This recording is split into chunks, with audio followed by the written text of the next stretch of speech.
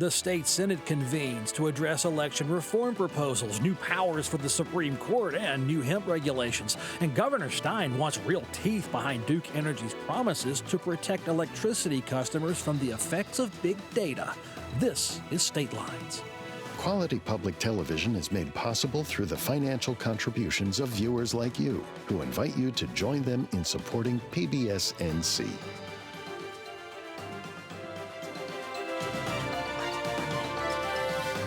Welcome to State Lines. I'm Kelly McCullen. Joining me today, political analyst Joe Stewart. WUNC News' Colin Campbell. To his right, Kimberly Reynolds of Maven Strategies. And the debuting Patrick Sebastian of Opinion Diagnostics. Hello, Patrick. Welcome to the show. Good to be here. Well, summer's almost over, Joe. Just about. Back to school. Everything's going to be turning colors on the trees here soon. Well, back to school, back to Raleigh this week, where the North Carolina Senate convened and passed some legislation, including more state elections reforms. It's House Bill 958. If you want to look it up on the internet, it's there. Cuts 7 days off the early voting period for the primaries and city elections. Federal databases could be used to detect ineligible voters. Candidates running in party primaries would need to have been part of that party for 1 calendar year, not just 90 days. And the state DMV could and would supply Social Security numbers for use maintaining voter rolls. House, I'm told, is scheduled to convene next week. And of course, you would expect that to be on the calendar, Joe. But until you see it and until you see them take up that bill, we don't know. Yeah, I think these issues have been much discussed and debated. There's federal legislation, the SAVE Act. President Trump is very keen on getting passed in the U.S. Congress. I think this is an election year issue. Republicans are interested in being able to feel as though they've delivered on some greater protection of the integrity of the election process. I think there are voter segments that are key and critical to Republicans that feel there's some doubt as to whether the electoral system in this country is fully operating fairly. I think it is important, though, as a matter of public policy, to distinguish between being worried about the process and being upset with the results. And so, to some extent, I think these provisions, some of which would make sense. We have extended the period of time people can vote. It used to be you had that 1 day and you had to go to a place to vote. We've made it a lot more customer friendly by having early voting and absentee ballots and those sorts of things. But there is an expense to elections, and if you have an extended duration where people can vote, there's more money that's needed to do that. I do think it's an important thing for the people of America to feel that there's confidence that elections are run fairly. I think there's a lot that needs to be invested. It may be time to look at the way we're structured in North Carolina. We have a state board of election and 100 county boards of elections. Maybe there needs to be some better system to centralize the way elections are managed in North Carolina.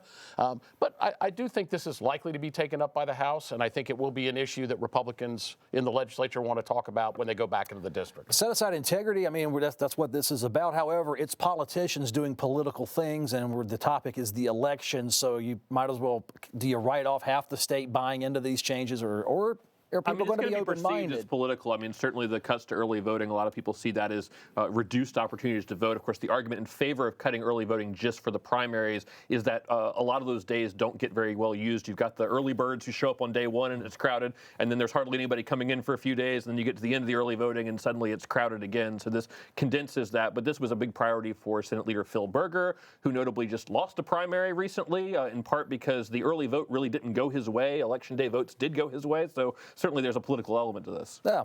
Kimberly. I think you also have to look at it in the larger scope of what's being done in elections bills and some of the changes they've made. First of all, I think our system isn't broken, and it's really important to start out by saying that. And so the integrity of our elections is strong. And so there's this part that just needs to be said out loud. I think you also have them removing early vote locations from college campuses, which primarily helps Democrats. And so you've seen some of those moves. You have seen them giving the local boards that are run by Republicans the ability to throw out votes. They only need the majority, which is the Republicans, to do that now, which is a huge change. And so I think there are going to be a lot of tight races. You saw Phil Berger on election night only lost by 2. You've seen a couple of House and Senate races last year tight by 1,000 or less.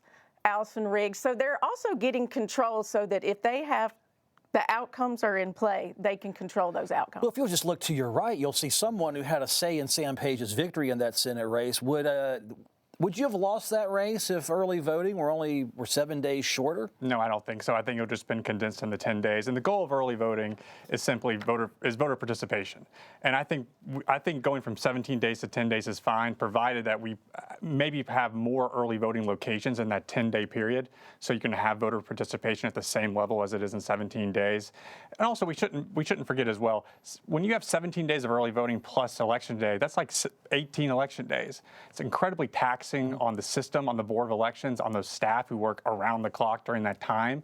And if we can have fewer days and perhaps more locations during that amount of time, I don't see actually having any drop off in early vote at all. Why is there a perception that longer early voting periods benefit only Democrats? This country elected Donald Trump with plenty of early voting. So I'm confused about why is there, I don't want to say a fear, but a tactical opposition to early voting being extended? I think some of it's the cost and some of it's the strain on the system. But it used to be, in 2008, Democrats killed it in an early vote, would have made it impossible for John McCain to come back in North Carolina and beat Obama, because he didn't.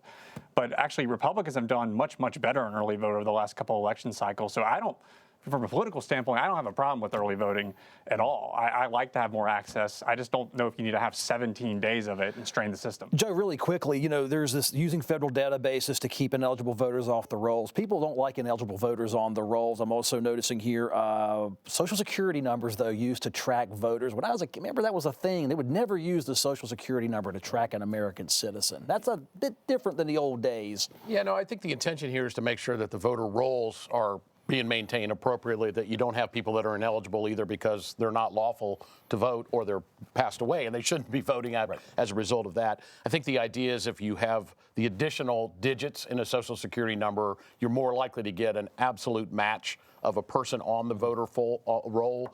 DMV using the 4 digits was really just to make sure that there was a little bit of integrity in terms of the transmission of the information onto the voter roll. But I think this is just a desire to make sure it's absolutely correct, and so they can identify whether someone's lawfully on the roll or not. Kimberly, and this idea that a candidate needs to be a member of their party for 1 calendar year, you're seeing this around America. People are running in parties where they've never voted in that party, but somehow they're proudly Republican or proudly Democrat. This spoiler thing to confuse voters, is that more conspiracy? I see it and I think it's weird.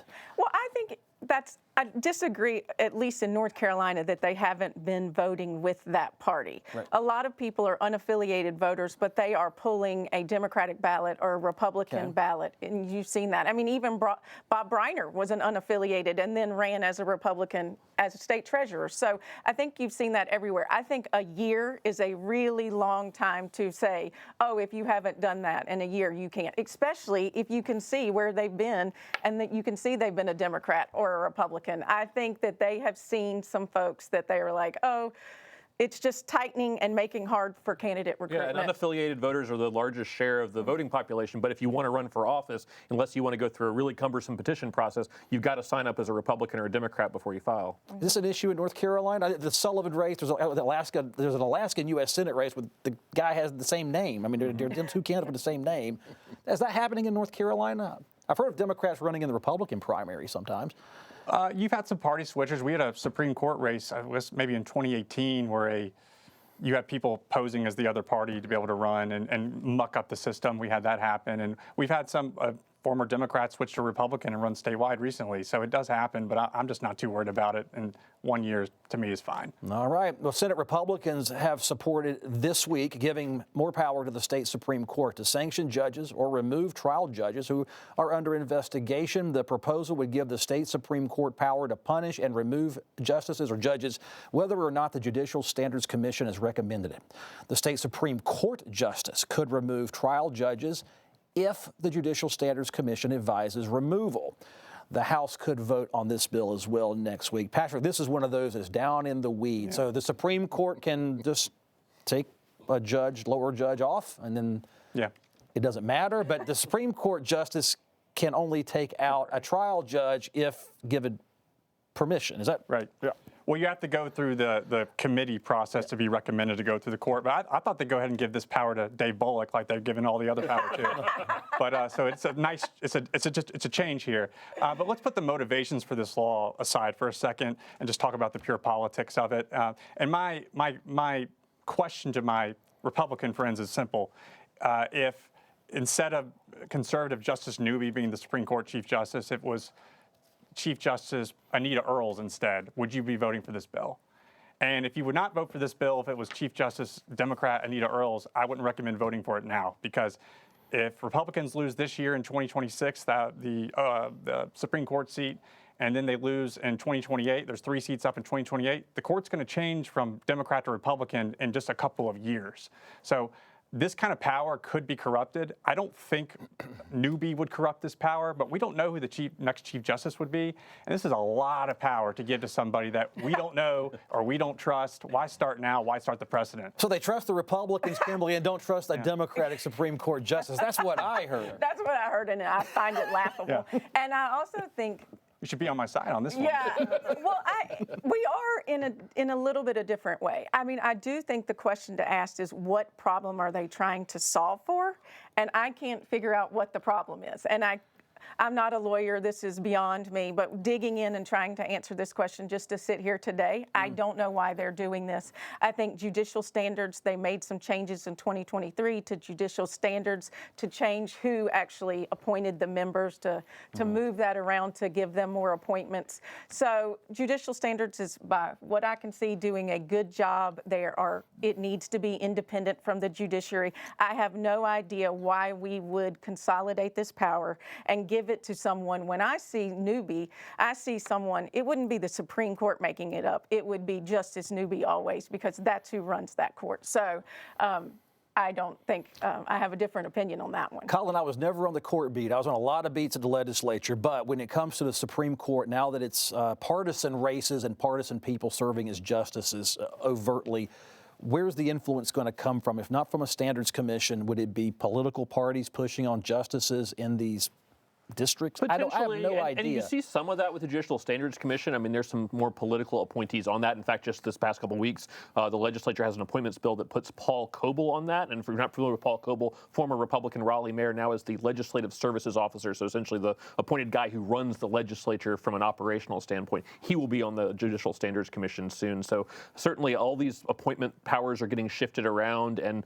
all of these appointed boards are getting more and more partisan and political, with more of a influence from the legislature and sometimes in this case the Supreme Court majority. Joe, is it really becoming more partisan, or is it just Democrats and people who don't like Republicans going, oh, it's being more Republican, but it would be just fine if it were the other side? You know, it's interesting. I was on a panel at the North Carolina Bar Association conference recently. They commission a survey every couple of years to ask voters about this issue of partisan elections for the judiciary. And interestingly enough, I mean, 78% of the respondents of that survey said they absolutely supported these positions being elected, but 71% said they wished it was nonpartisan.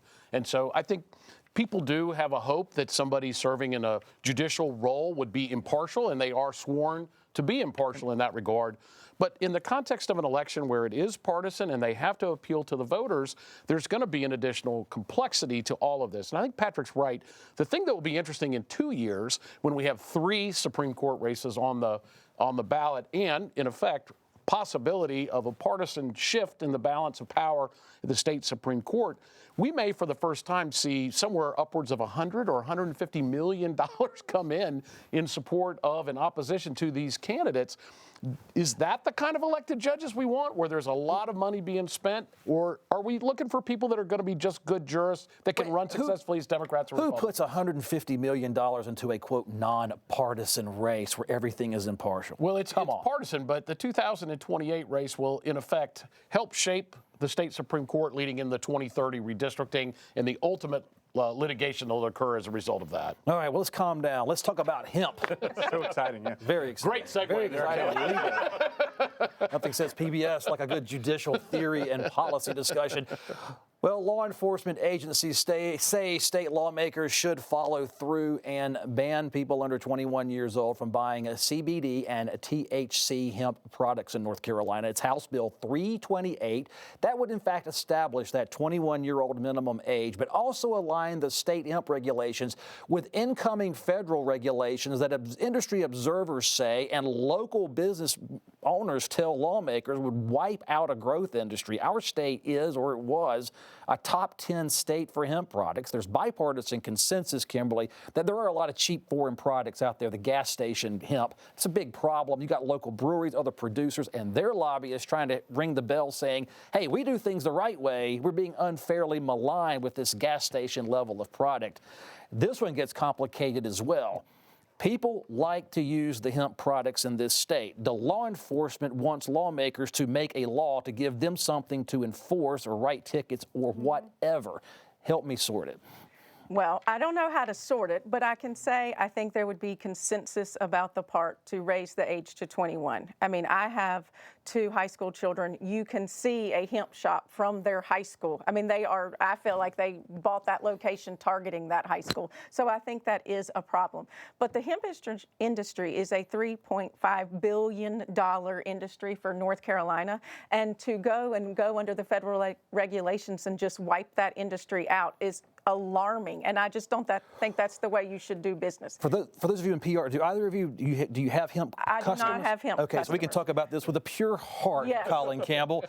It is an interesting issue to the point they're selling a controlled product, a regulated or semi-regulated product in front of high schools and all. But this bill just lumps everyone together, puts us back to, I guess, wherever we were 5, 6, 7 years ago. You know, it sets this federal standard, which very well could change at the federal level. There's a push within the Trump administration to change some of these rules before they take effect in November, but this would make this permanent for North Carolina, regardless of what happens in D.C. And one of the hemp advocates that I talked to described it as basically, you're claiming it's not a full-on ban, but this would be like if you said you can sell beer, but it has to be 0.1% ABV and basically water. So you're effectively banning most of what's on the market now, and you've got now craft breweries, beer distributors that are involved in selling these products that are very much opposed to this because this is going to take out a chunk of their market. These, particularly the THC beverages, have become so mainstream that they're in grocery stores and Total Wine and Target and things like that, and restaurants as well. So certainly a big shift coming if the House pushes this. I think you're going to see a big lobbying push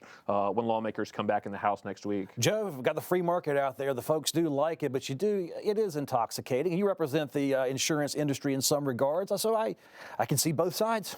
Well, it's interesting for me as a native North Carolinian to think of this as an issue in a state that had prohibition 10 years before it was a national thing. And the original liquor stores run by the state had walk-up counters, so you had to ask for what you wanted because they felt the shame would keep you from getting too much. And now we're talking about hemp, and we have marijuana for sale on the Cherokee Reservation. So it's a very different state. I do think this issue, from a political standpoint, is probably more generational than it is partisan or ideological. A younger cohort of Americans feel very differently about these kinds of things, and I think maybe, perhaps, it's just the nature of a North Carolina that's predominantly people from other parts of the country and increasingly driven politically by younger generations of voters. I think there's going to be a desire to see this stuff made available. I disagree with that. I think you're finding a lot of older generation people in pain, people who can't sleep. There's billboards that are like gummies for grandpa or something. Yes, and I think, again, I just think if you want to make some changes and you want to protect young people, that's one thing. But coming in and wiping out an industry wholesale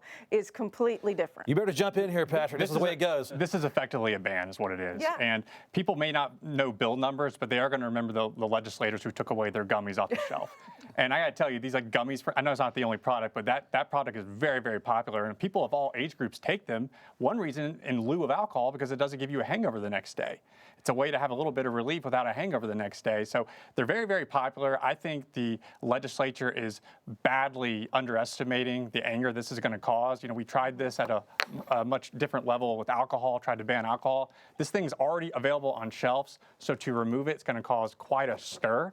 And it's not a risk I don't think I would take. What I would recommend politically is to just put guardrails on it. 21 or older to buy it, get it away from schools. Packaging has to have plenty of information so people know what's in it. and test it and make sure it's quality product, so people aren't going on the black market after this stuff is banned and getting it from ultimately the cartel. Yeah. We don't need that in North Carolina. Yeah, and the process on this is weird. This bill's popped up out of a conference committee, kind of at the last minute of the session, went through the Senate without a whole lot of debate, and they've been trying to pass hemp regulations for several years now, and the House and Senate haven't been able to get on the same page. This is as close as they've gotten, but also the probably most drastic level of restrictions that we've seen proposed in this, as opposed to one of the other, more basic kind of regulate this, make it 21 and up that we've seen in previous bills. What also makes this interesting, though, is that the Senate adjourned and went home. So the House could pass this, the governor could veto it, and then where does it go between now and November? And if the House doesn't pass it, the Senate's not back till November. Right. So some other sort of lesser hemp regulations that could be on the table, we're not going to see that till the end of the year. Does Governor Stein veto a bill if it goes to him on this? I mean, I would think that he probably would. I mean, it's a $3.5 billion industry to North Carolina, and it jumped from open to essentially a ban, and there's got to be a middle place here. All right. North Carolina's House will convene a session next week, as we've been discussing, with budget corrections, that hemp, other bills available for a vote. And, of course, we really can't forget there are 2 veto bills still out there eligible for veto override attempts. The homeless camp ban on public lands that Governor Stein did veto. He says it's too expensive for local governments to actually cover the cost of. And there's House Bill 50 that the right is really watching and holding the Republican feet to the fire, allow permit-free concealed carry of firearms, called constitutional carry. Everything I'm hearing, we talked on this show, is that firearms bill appears dead because a couple in the Republican caucus simply will not vote to override, makes a 3/5 vote majority. Impossible, Colin. What's the vibe heading into next week? We've hammered on a few of these issues. Yeah, it'll be interesting to see, if we still have the 2 unaffiliated Charlotte reps who lost their primaries voting with Republicans, particularly on this homeless camping bill. That seemed to get some Democratic support initially, so that might be Republicans in the House best shot at doing an override. The gun bill really is some sort of a numbers game. I think you could see House Speaker Destin Hall bring that up if enough people are absent, and we certainly, in the Senate session this past week, there was a day where I think half the Democrats weren't there, so it's certainly possible if he looks out there and sees the numbers he needs for this gun bill that it could go through, but it also might not, and if it doesn't, he doesn't have the numbers between now and the end of the year, then it goes away. Joe, I've heard from House Republicans, some of them are saying there's no way we're doing this bill. It would cost us 10 seats. Yeah, well, it is 3/5 of the members present and voting, not 3/5 of the total body, so it does matter who's there on a particular day for this. But I do think there are voices within the Republican caucus that are uneasy with the idea of taking away the permitting process for this. We'll just have to see, but I don't know how significant it is in terms of the elections. What gets done next week, Patrick? Hopefully just no unforced errors is what happens next week. If the votes aren't there for these issues, I think the Republicans need to pack it up, go home, and campaign. There's a few tough seats that are going to be difficult to keep in both the House and the Senate. Having said that, I will note these districts are drawn so well politically for Republicans that maybe you can blame the national environment for losing a handful of seats in the Senate and the House, but if it's a 10-seat difference or even over 5 seats, that'd be a catastrophic failure at the legislative level and the campaign level of these caucuses. And you don't want unforced errors at this point that are going to turn out even more people against you in a midterm election when we have somebody in the White House who's not especially popular. Kimberly, what could be done in this state in 1 week, that off week when you pass a handful of bills? Could it help you? Could it hurt you as a Democratic consultant? Well, I think Patrick is right, and it could hurt them. I mean, they have the power. They are controlling what is moving, and they need to get home because they see the environment collapsing for them. And you've seen it, no matter what poll I look at, the generic ballot is favoring Democrats, and they need to get in their districts because the Democrats are ready to take advantage of that. I have a couple of minutes left. I want to touch on the last report. Saw this in Axios this week, that Duke Energy signed on to some White House pledge that would protect residential power customers from any higher prices that could be linked to increased data centers. There is a settlement pending where Duke Energy would raise residential rates on North Carolina by a total of 9.5% over 2 years. It focused citizen and political attention on power rate and the hikes. This settlement could include having data centers pay the full cost of the new energy they would need. Governor Stein says that's great. The pledge to the White House, perfect. Now put it in written policy for North Carolina, Colin. It's going to happen? Potentially. I mean, I think that's will be the interesting thing to watch here is Stein is pointing out, rightly so, that if this it should be a real pledge by Duke Energy, then they've got to put it in writing to the Utilities Commission. The Utilities Commission, as our state regulator, can then be the one to enforce it and make sure, once you get into the fine print and into the weeds, that truly the data centers are paying their own share of the power cost and it's not getting pushed around to other electricity consumers. So this will be one to watch for sure. Joe, is this very quickly, is this about power center? Is this about the power grid needing modernization or data centers? We're blaming data centers for everything under the sun. But I do think it's true. The data center phenomena is a critical element of the infrastructure this country needs to be competitive globally because of all of the additional computing capacity that's needed for AI systems. But people have a right to be concerned about the potential impact, not just on electricity rates, but on the environment and other things. But we need to get this resolved so that we can be competitive with places like China that are building these every day. Why would a company in North Carolina go to the White House, make that agreement, but then come back to the state where they can put teeth into a policy, and it's not really part of the deal right now, not so much? Well, the bottom line, these data centers have become politically toxic for local leaders to put into zonings. They are getting thrown out of office when they pass these put these data centers in their backyards. And that's unfortunate because we do need data centers. If you have a cell phone, if you use technology, you can thank a data center for that. They do provide great tax revenues for local economies, but all people are hearing right now is that their energy rates are going to go up. They're going to be using an inordinate amount of water. They say they're very loud. A lot of those things have been addressed. A lot of those things really aren't actually true with the modern data centers, new data centers. But the fact of the matter is, these guys are going to have to spend a boatload of money with the PR war and educating the public on this, and also backing up local officials who support these things because they're walking the plank and they're going to get thrown out of office. 20 seconds. Last word to you, Ms. Reynolds. Well, I think what consumers remember is the coal ash debacle too, and where the shifting of who paid for that and who paid for coal ash cleanup. So I think the governor is right to say, look, this is great. If you don't have a problem with it, let's put it in writing. And I think consumers want to know that too, because a lot can happen between you going to Washington and saying it and what happens at home. The last word goes to you, Patrick. Great job. You hung in there with this group of chatty folks. Email us your opinions. I'll share it with this crowd. State lines at pbsnc.org. I'm Kelly McCullen. Thanks for watching. See you next time. Quality public television is made possible through the financial contributions of viewers like you, who invite you to join them in supporting PBS NC.